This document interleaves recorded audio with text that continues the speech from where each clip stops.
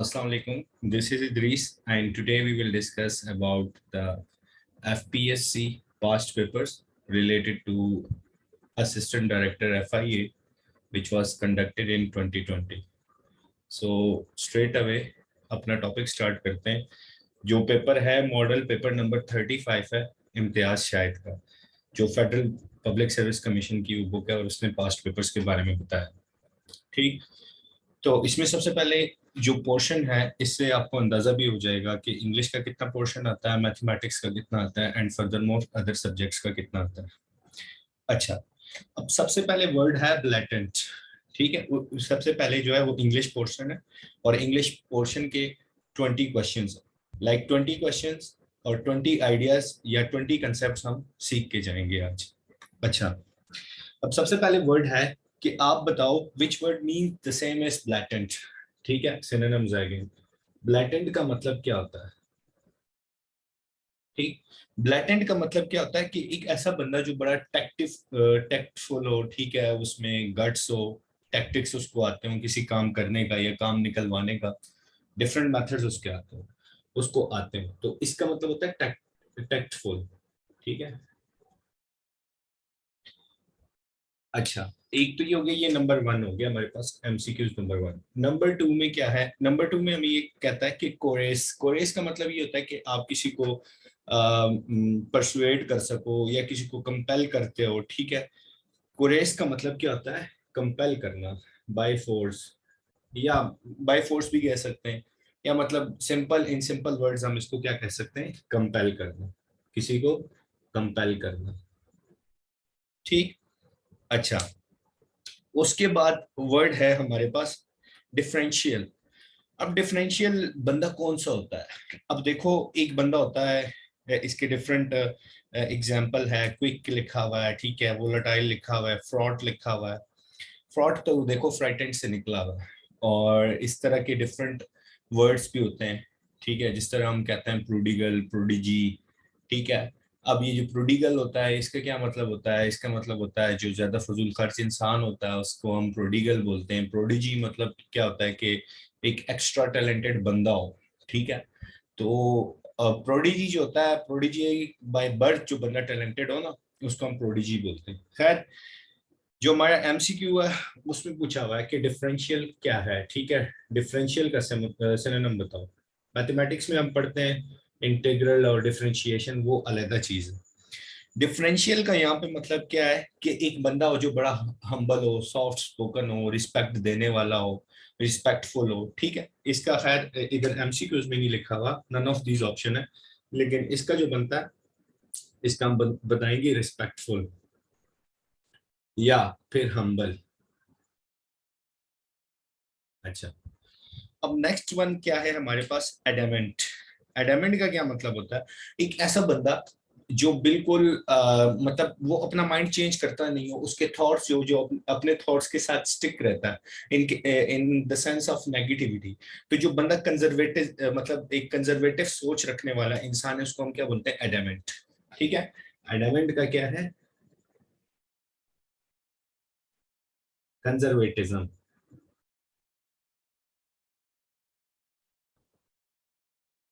अच्छा जी, नेक्स्ट या कंजर्वेटिव.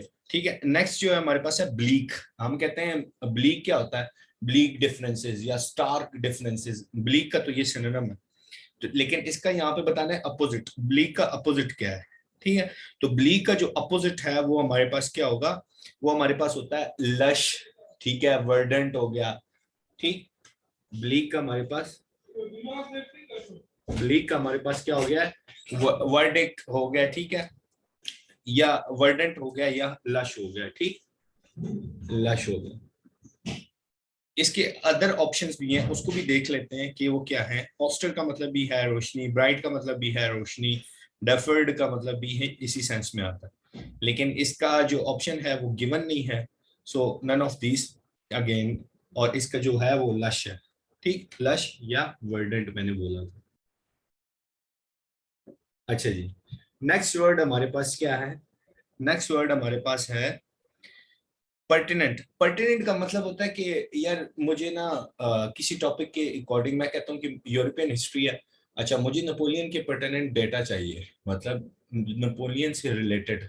ठीक है, पर्टिनेंट क्या होता है? रिलेटिव। पर्टिनेंट, पर्टिनेंट का मतलब होता है रेलेवेंसी या रिलेटिव जो चीज होती है। इसका यहाँ पे हमसे पूछा हुआ एंटोनिम बताओ, मतलब अपोजिट बताओ, तो इसका जो अपोजिट है वो इररेलेवेंट है। अच्छा जी, नेक्स्ट वन जो है वो हमारे पास क्या है? वैलिएंट। वैलिएंट क्या होता है? बहादुरी होती है, ठीक है। और बहादुरी के अगेंस्ट क्या होता है? कि डर जाना, वो कोवर्डनेस जो हम कहते थे, कोवर्डली, उसका है, ठीक है।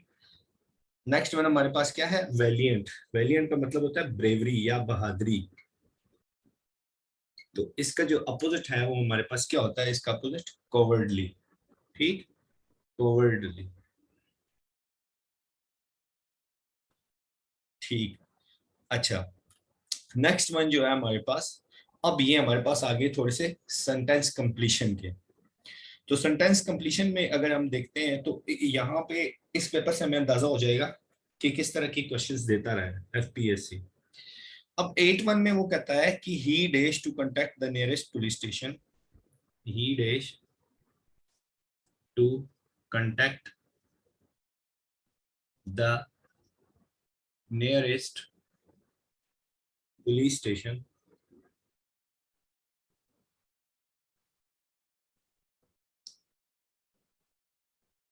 for the last 20 minutes, for the last 20 minutes। अच्छा जी, अब इसमें मैं एक दो ऑप्शन ही लिखूंगा बिकॉज टाइम को मद्देनजर रखना है। तो इसमें है कि वॉज ट्राइंग या केप्ट ट्राइंग। अच्छा, अब इसमें टाइम को देखते हुए लोग कहते हैं कि भाई परफेक्ट लगा लेते हैं, ठीक है, लेकिन ऐसा है नहीं। वो कंटिन्यूसली क्या कर रहा है? कंटिन्यूस बात हो रही है, जारी है एक बात, ठीक है। तो he kept trying to contact the nearest police station for the last 20 minutes, ठीक है। केप्ट वो कर रहा है, ठीक है। तो इस चीज को मद्देनजर रखना है, टाइम को देख के कंफ्यूज नहीं हो जाना। उसने क्या कर रहा है? Kept trying. अच्छा, नेक्स्ट वन हमारे पास है, dash is a source of energy, energy has been known to the mankind since the mid 17th century, ठीक। तो देखो, फोसल फ्यूल तो आएगा ही आएगा, ठीक है। लेकिन अब फोसल फ्यूल क्या है? एक बेजान चीज है ना, तो उसके लिए हम क्या यूज करते हैं? विच, ठीक है। तो फोसल फ्यूल्स, इसका लिख लें कि fossil fuel is a source of energy has been known to the mankind since the mid 17th century.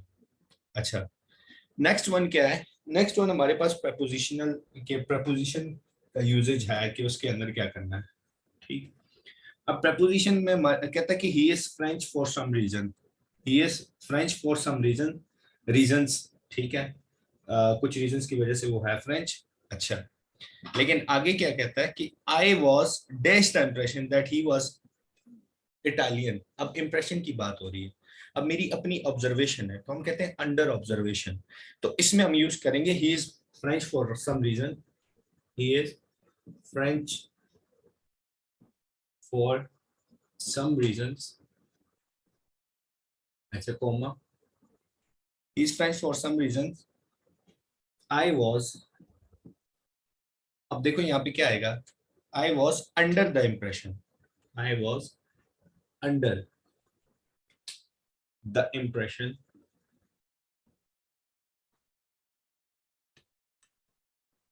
That he was Italian.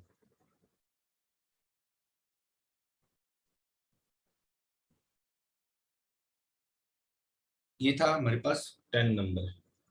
अच्छा, अब 11th नंबर पे क्या है? अब देखो कंडीशनल यूज हो रहा है। अब हमारे पास first zero conditional, first conditional, second और थर्ड कंडीशनल। अच्छा, अब हमारे पास क्या था कि if they dash new batteries, if they dash new batteries their torch would have जब भी आ जाए ना, उसके बाद जो होगा वो हैड और उसके साथ थर्ड फॉर्म ऑफ वर्ब लगेगी। तो इधर ऑप्शंस में अगर देखें तो बॉट लगा हुआ है, नहीं लगेगा। वुड लगा हुआ है, नहीं लगेगा। क्या लगेगा? इफ दे हैड बॉट, ठीक। 11th में क्या होगा? If they had bought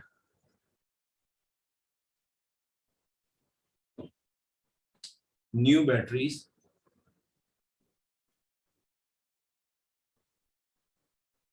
their torch would have worked better। ठीक है, जब भी देख लेना है कि यहाँ पे अभी इसका यूजेज फर्दर भी है, यहाँ से फर्स्ट कंडीशन सेकंड कंडीशन वो क्लियर हो जाएगा, उसके कंसेप्ट को भी ना रखें, बस ये देख लें कि जहाँ पे वुड यूज हो रहा है तो उसको उसको पहले सेंटेंस जो होगा उसको फॉलो कर रखा हेड, हेड और वर्ब की थर्ड फॉर्म। सही, इसके बाद क्या है, नंबर 12 पे आते हैं। अब ये कॉमन सेंस का है कि मतलब जिसको टेंसेस आते हैं तो ठीक है। अब पुलिस जो है, ठीक है, पुलिस पुलिस क्या है, प्लूरल है ना, प्लूरल है। तो अब मैं लिख देता हूं पहले, police dash two man following a robbery in commercial market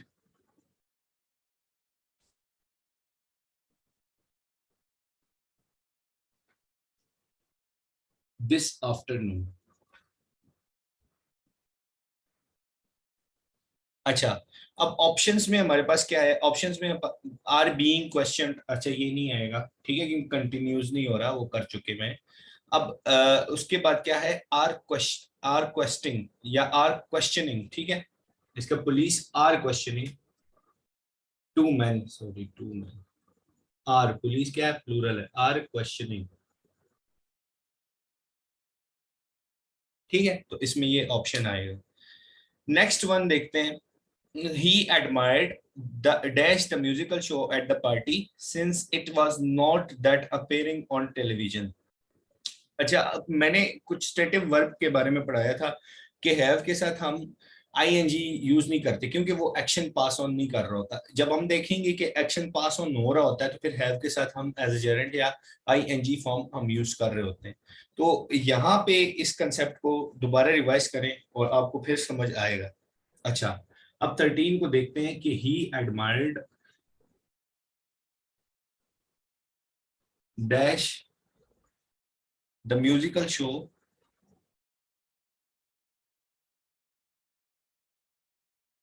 he admired the musical show at the party since it was not that appealing on the television, on the TV या television। अच्छा, अब इसका क्या होगा, अब इसका लिखा हुआ है having seen, to see, to see तो नहीं होगा, ठीक है। अच्छा, बीइंग सीन भी नहीं होगा, हैविंग सीन होगा, ठीक है। He admired having seen the musical show, ठीक है, देख रहा था, देख चुका था, जो जो भी बात थी, हैविंग सीन, सी सॉ सीन, ठीक है। तो एक तो ये हो गया हमारे पास एमसीक्यूज। अच्छा, अब एक और एमसीक्यूज है, उसको यहाँ पे लिखने की जरूरत नहीं है, वो हमारे पास क्या है, 14th number, he eventually reached a decision to give up। अब हम कहते हैं to give up smoking, ठीक है, इस तरह की वर्ड यूज करते हैं। तो उसने कहा कि he eventually reached a decision to give up dash home late at night after the decade man handled him। तो अब गिव अप क्या होगा, स्मोकिंग करते हैं ना, तो गिव अप कमिंग, ठीक है, इसका ऑप्शन क्या है, कमिंग, गिव अप कमिंग। अच्छा, नेक्स्ट वन हमारे पास क्या है, are they going to visit the Hiran Minar, ठीक है। अब इसके आगे कौन सा लगेगा, अब यहाँ पे समझते हैं इसको। 16 number MCQ, are they going to Hiran Minar, are they going to visit the Hiran Minar, are they going to visit the Hiran Minar. अच्छा, अब यहाँ पे यहाँ तक लिखा हुआ है dash dash dash question mark, एक ऑप्शन दिया हुआ है while they are in Sheikhpura. अब देखो, आर दे गोइंग, क्या वो जा रहे हैं, पूछ रहा है, कि वो हिरन मीनार को विजिट करेंगे। आर दे गोइंग, एक तो इस बात को करने की कंटिन्यूज है। अच्छा, अब while they will be in Shekhopura, ठीक है, जब वो, अब जारी बात है ना, एक हम इसको क्या कर रहे हैं कि इसमें डाउट वाली बात है या फ्यूचर के मुतालिक कर रहे हैं। अब कंटिन्यूस को हम बोलते हैं कि नियर फ्यूचर में हम बात कर रहे होते हैं। तो अब ये क्या करेगा, इसका जो करेक्ट होगा, while they will be in Sheikhpura, while जब वो शेखपुरा जाएंगे, while they will be in Sheikhpura, बच्चों भी शेखपुरा। अच्छा, तो ये क्या समझ आई इसमें कि are they going to visit the Hiran Minar, क्या वो विजिट करने जा रहे हैं हिरन मीनार को। अच्छा, अब इसमें क्या कंडीशन थी, while they are in Sheikhupura, जब वो शेखपुरा में होंगे। अच्छा, ये तो वो बात कर रहा है कि वो जब वो उधर हैं। वाइल दे विल बी, अब विल बी क्या कह रहा है, नियरेस्ट फ्यूचर के बारे में, तो कंटिन्यूस को फॉलो करता है कौन सा, फ्यूचर टेंस। तो while they have to be, नहीं ये भी वाला, तो ये करेक्ट ऑप्शन है हमारे पास। अच्छा, 17(1) क्या है, turn out to be very kind and cooperative woman. The woman who I spoke to, गलत, woman की बात हो रही है तो who की क्या जरूरत है। The woman whom I spoke to, the woman who I spoke to, ठीक, तो उसकी भी यही बात है। उसके बाद क्या है कि the woman I spoke to, the woman I spoke to turn out to be very kind and cooperative, तो इसका ऑप्शन सी है। उसके बाद लिख रहा है कि what are you playing, why are you playing video games all the time, तुम वीडियो गेम्स क्यों हर टाइम खेल रहे होते हो, क्या तुमने अपना टास्क पहले से कंप्लीट कर लिया हुआ है। तो इसका क्या बनेगा, you have to complete your task already. उसके बाद नेक्स्ट वन है 19। 19 में क्या कहता है कि dash as he thought that this decision would bring betterment in the long run, ठीक है, इसका लिखा हुआ our father advised us do not be sad. अच्छा, ये तो नहीं आएगा, क्यों नहीं आएगा, क्योंकि डू नॉट नहीं लगेगा। उसके बाद अवर father advised us not be said, ठीक है, नॉट बी सेड, पास्ट लग रहा है ना, तो उसमें डू कहां से लगेगा। अच्छा, तो इसका ऑप्शन क्या है, बी ऑप्शन, कि our father advised us not be sad as he thought that decision would bring betterment in the long run. अच्छा, अगला क्वेश्चन है 20, लास्ट वन है इंग्लिश का। If they had gone through the novel, ठीक, अगर they had, अब देखो मैंने कहा था कि कंडीशनल्स होते हैं, अब यहाँ पे हैड गॉन है, पीछे भी हम कर चुके हैं कि हैड बॉट था, अब इसको क्या फॉलो करेगा, वुड, तो सिंपल सी देख लेना है फटाफट कि कहाँ पे वुड आ रहा है और वो वाला ऑप्शन करेक्ट कर देना। तो ये था हमारा इंग्लिश का पोर्शन। अभी मैथमेटिक्स का पोर्शन करते हैं।